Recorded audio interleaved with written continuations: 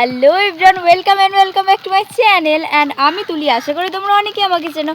তো বন্ধুরা, আজকে তোমাদের জন্য নিয়ে চলে এসেছি আবার একটা নতুন ভিডিও।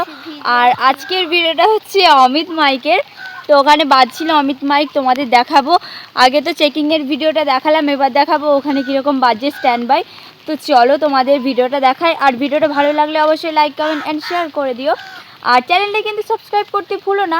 আর যদি ফেসবুক থেকে দেখে থাকো তো অবশ্যই ফলো করে দিও। তো চলো আজকের ভিডিওটা দেখানো যাক।